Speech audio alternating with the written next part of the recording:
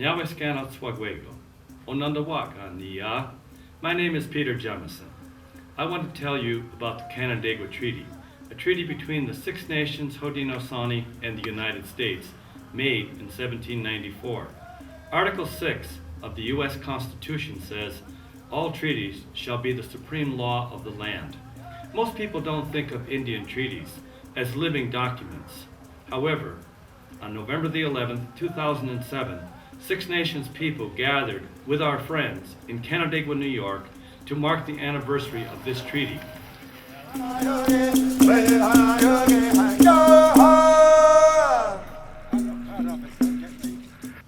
This is the Two Row Wampum belt.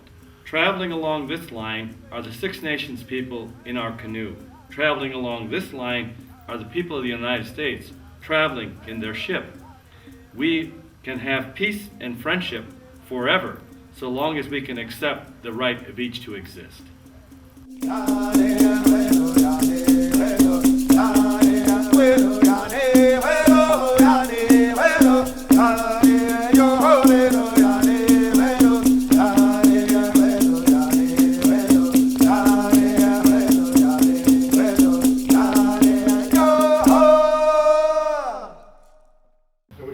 Giving thanks to the people who gather, and we go down to our Mother Earth and we come up from there. And we acknowledge every blade of grass being a living thing, serving a purpose in the cycle of life. So the wounds of separation were healed, and the Farmington Quakers were reinstated into the church. The bond between the Farmington Friends and the Seneca continued in a very important way. I just want to say thank you for everyone to come here to commemorate this treaty. It is very important to understand that the Cayuga Nation and the rest of the Haudenosaunee are still very active on the political front. All of the terms of this treaty, the agreement that was made on that day, the recognition of our lands, the recognition of our people as a sovereign people, a treaty made government to government. We are not to be disturbed in our lands, but to have the free use of them and the enjoyment of those lands. That was the promise of that treaty. Many of those promises have been broken. We can think back to the flooding of our lands on the Allegheny Territory, 9,000 acres, causing the removal of our people. The flooding of lands at the Tuscarora Reservation, again, causing the disruption of people's way of life there.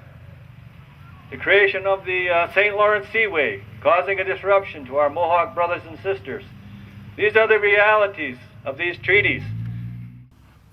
This is the George Washington Belt, delivered to our people in 1794. This wampum is the living record of the peace and friendship established between the Six Nations and the United States over 213 years ago. President coming from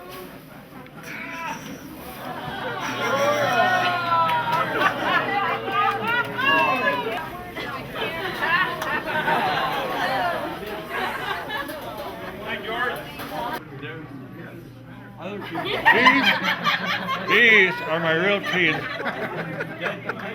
You're not one at all. You speak. I heard you speaking later. Yeah. I'd like to be enlightened, educated, brought up to date. There's a lot of stuff, a lot of mistakes about the things that I did. I have bad advice. Oh, yeah. I was going to talk about colonial dentistry. But in our mind, our goal is always to arrive at peacefulness. See, because that's the way we were made. That's the way the Great Law tells us that peacefulness is the desired relationship. So this belt is a format for it. Now, one thing they say in this belt.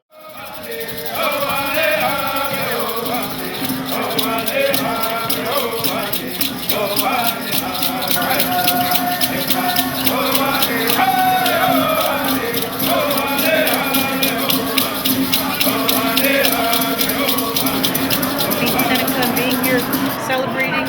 It's nice to know that the treaties that they signed such a long time ago, that there are still people that recognize that. It's important for us, all the Haudenosaunee people, not just the Senecas.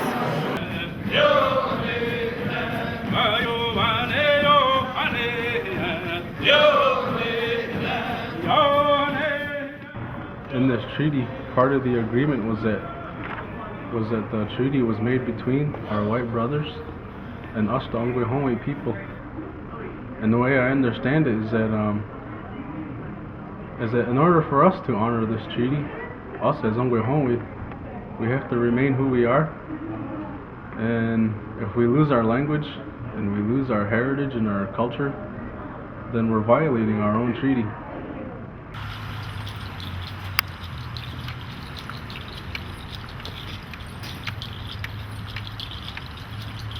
Every year they should have a federal representative here because it's a major part of American history and a major part of the new United States, and it illustrates very clearly that they were the United States and we were the Haudenosaunee, and that's what we remain to be.